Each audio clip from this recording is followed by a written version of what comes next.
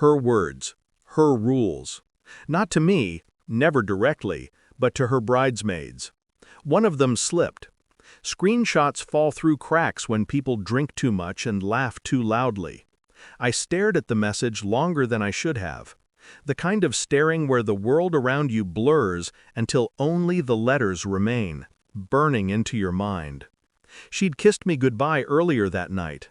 Soft, sweet, empty. Her perfume still clung to my collar. It smelled like trust. I turned the phone face down on the table. Then I picked it back up, face down again. I couldn't let it go. Her privacy, my silence. Except I had already broken it. The PI's number was still fresh in my call log. He didn't need much.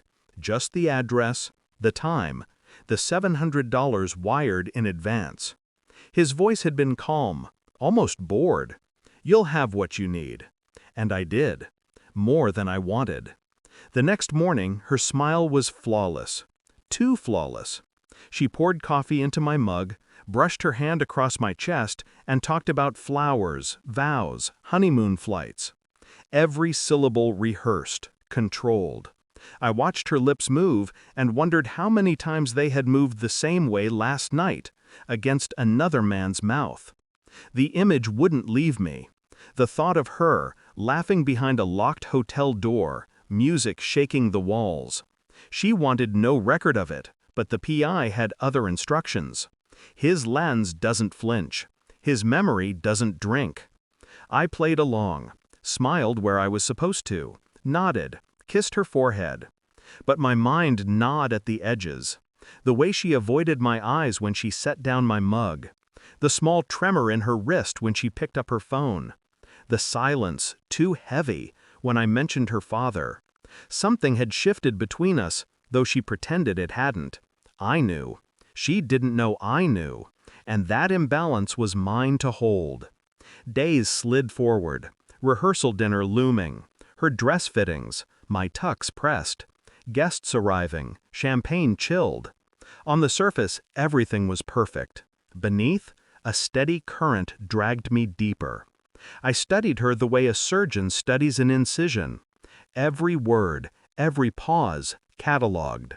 I didn't accuse, I didn't break routine. I wanted her comfortable, unguarded. At night, while she slept beside me, I scrolled through the PI's photos. Her in the center of the room, veil of neon light across her face. Her hand sliding where it shouldn't. Her mouth open where it didn't belong. Evidence. Indisputable. I wondered if she thought she was clever, hiding behind rules like no recording devices. I wondered if she thought silence equaled safety. I said nothing. I wanted her to walk straight into it. At the dinner table with her parents, she laughed, like a daughter they could be proud of. She leaned against me like a fiancé who was in love. Her father raised a glass, praising her loyalty. Her mother clasped her hands, whispering about grandchildren. And I sat there, a silent witness to the lie, holding a truth that would cave the room in. The PI had delivered everything, bound in an envelope, clean, precise. He called it the easiest job he'd ever done. I believed him. The night of the rehearsal dinner, I waited until the plates were cleared, until the champagne had left everyone a little warm, a little loose. Then I pulled the envelope from my jacket. No words, just paper against wood. Her father reached for it first. He thought it was a surprise gift, maybe. He opened it slowly. The photographs slid out. Silence followed. Her smile cracked before she spoke. "What is this?" But she knew. Her mother's breath caught. Her father's hand trembled as he flipped each image. His jaw tightened, color draining. She reached across the table toward me, but I didn't move. I only watched her face collapse in on itself. Shock, denial, calculation, all at once. I didn't need to say a word. Her father did it for me. This wedding is over.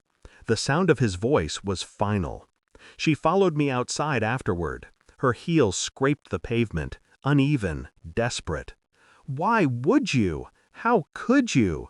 Her voice cracked, but I stayed still. Calm. I turned just enough for her to see my eyes. You wanted privacy. You got exposure. She flinched like the words were a blade. It was one night. It meant nothing.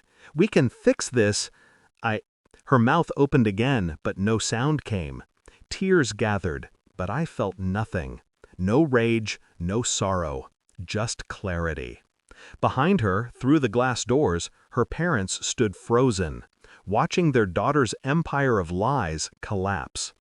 I let the silence finish what I started. Driving away, I felt the weight lift. Not because I was free, but because I was finished. She had tried to bury the truth in secrecy. She didn't understand that shadows only grow darker when light is kept away. The PI said it was the easiest $700 he ever made. For me, it was the most expensive lesson I'd ever learned. Trust dies quietly, but betrayal screams, and hers was still echoing when I closed the door behind me. For the last time.